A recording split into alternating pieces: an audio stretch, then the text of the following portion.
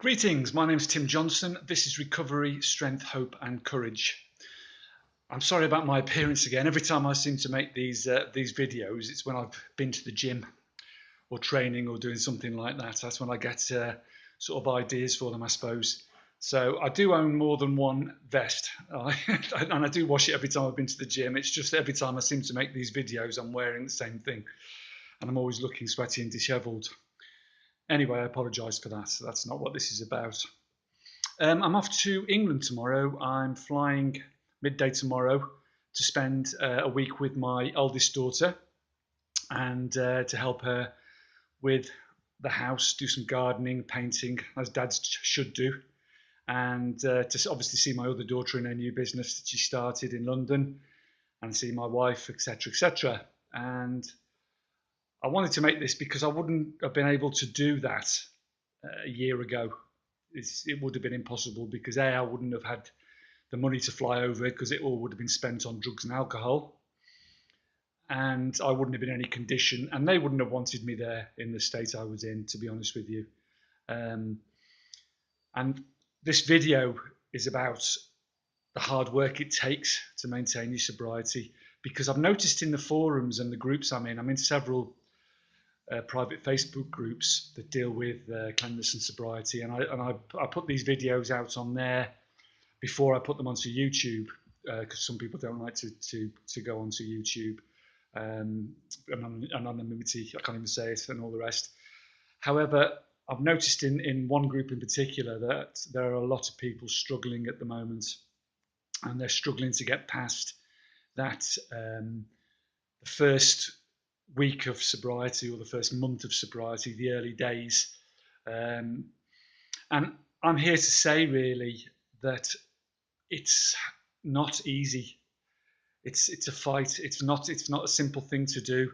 In fact, the easiest part really is to get through the withdrawals and come off the drug or come off the alcohol and not put it in your mouth and stop. That's the easy part. The hard part is learning to live in sobriety and to stay in sobriety. And it's not easy. People have this view that once they stop, taking, and they get through the withdrawals and they get into sobriety, that it's going to be a walk in the park. Well, it's not. It's not a cakewalk. It takes bloody hard work, bloody mindedness, 100% commitment, and a lot of strength, particularly in the early days. You've got to be dogged, and I'm not perfect by any stretch. Christ, I'm 56. It's taken me this long to find this, and I just wish I'd found the strength and the courage to do this 30 years ago, but I didn't. So I'm enjoying life now, sober instead. But it's hard work every day. It's not a cakewalk. It just something doesn't click into place. You have to work at it every day. You have to work at having a healthy mind and a healthy body. You have to work at reprogramming your habits and the places you go, the people you see, your friends, your circle of friends. You've got to become a totally different person. And it takes bloody hard work. And you've got to face it. It's fear again that stops people, and fear that makes people go back. And because they're feeling a bit of pain and they're feeling old feelings that they used to cover up with alcohol and drugs. Well, fear, don't forget what fear means. Fear is either forget everything and run, which means run back to your alcohol and run back to your drugs, or face everything and rise. And it's much better to face everything and rise. I've always been quite dogged. Maybe it's just the success means that you've got to have that sort of dogged character. It takes hard work to be a drug addict and alcoholic, because you have to work hard at hiding everything and chasing after your drug and alcohol and getting the money, and it's use that doggedness and use that determination that you were using in your addiction to stop and to create a new life, because it's not easy. Don't think that, oh, I'm just going to stop, because the withdrawals are unpleasant. The first 2 weeks are unpleasant, but it doesn't get immediately easy. The first 3 months are bloody hard work in particular.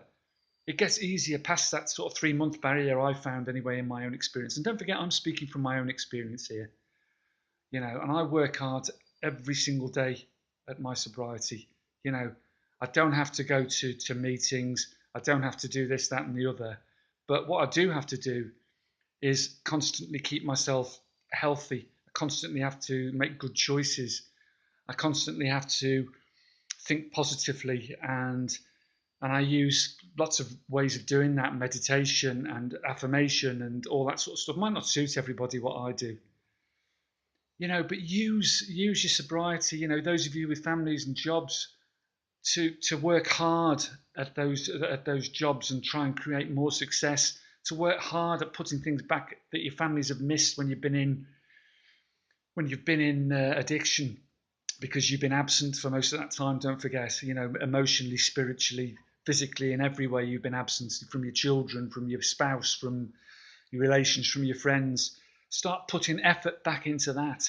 It takes effort and it takes commitment to stay sober. Trust me, it really does. But once you get past a certain point, I've found anyway, it never becomes easy. You know, Life is fantastic, but it never becomes easy. You can't forget where you've come from, if you like. I don't think anyway.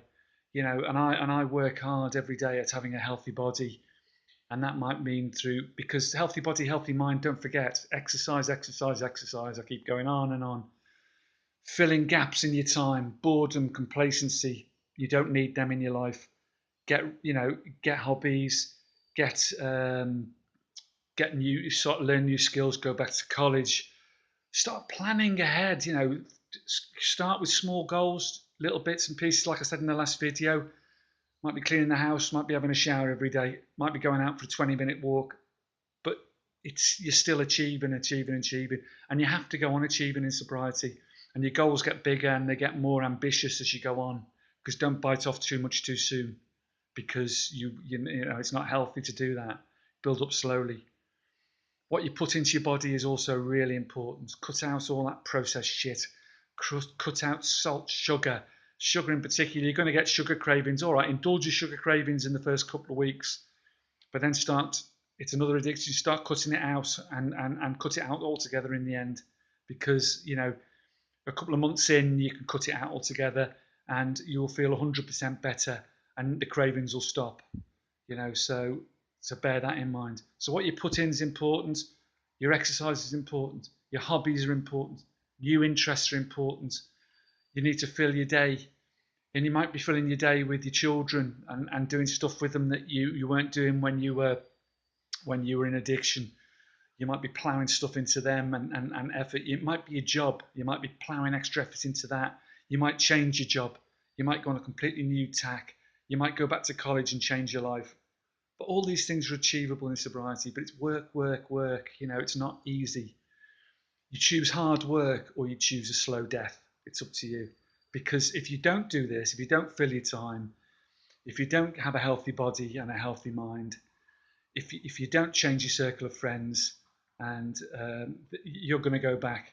You will go back, because you're going to be bored. You're going to be complacent. The old feelings are going to come up, and the reason that you drank or took drugs in the first place are going to come back and haunt you, and they're going to grow.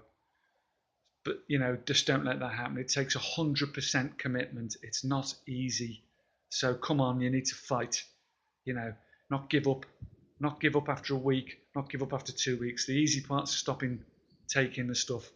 The hard part's learning to live without the stuff. Trust me. So that's and also loneliness. I want to talk about the Sober Atheist, who's someone I've just subscribed to. He's really good. So check in on him if you can.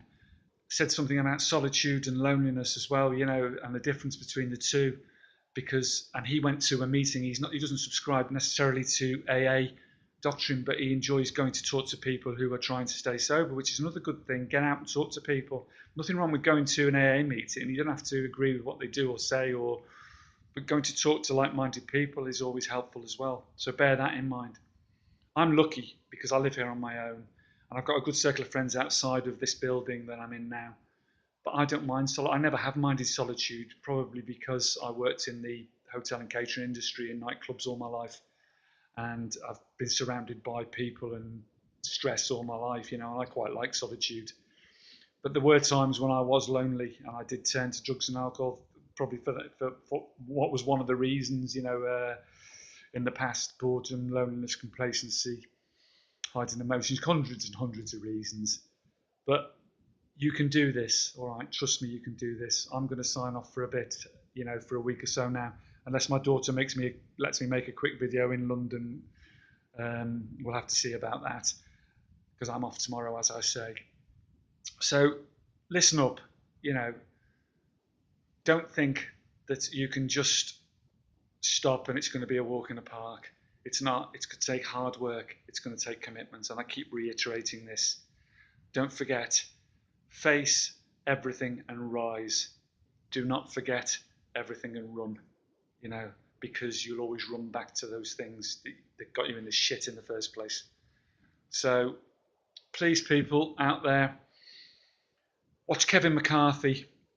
I always like Kevin O'Hara. I don't know why I keep saying Kevin McCarthy. I don't even know anyone called Kevin McCarthy. And also, Tommy, a quick shout out to you. Tommy McGann has got a new channel out as well, and check him out if you can. If you were subscribed to him before, you'll find him. Beat the Booze, I think it is. But he's really good, and he really talks a lot of sense. And there's one today he released about rock bottom, and as I said, he doesn't believe in rock bottom, and I don't believe in rock bottom either. I think my rock bottom would have been death if I'd have carried on, and they can't get any more rock bottom than that. It's a choice. You need to choose life. You need to choose sobriety. Once you've chosen that, and you've got a strong enough reason for doing it because you want to do it, you stop, you prepare, you stop, and then you start to nourish your body, mind, and spirit, and work hard 100% at your recovery. So, guys, until next time, probably next week sometime, when I come back from England, and I'll tell you how all that went. And I'm really looking forward to it. And I hope they see a bit of a difference in me. But hey ho, that I'm just happy that they're accepting me and they want to see me, and that to me is massive progress. As is my life now, which is, it just goes from strength to strength as far as I'm concerned. And you can have the same if you're committed and you're strong and you're courageous. So make the choice now. Seize the day. Don't forget. I'll do that and I'll show you that. Yeah? Carpe diem. Seize the day. Just hold on if you're struggling, because it will get better. Stay strong. Okay. Much love to you all, folks. Bye.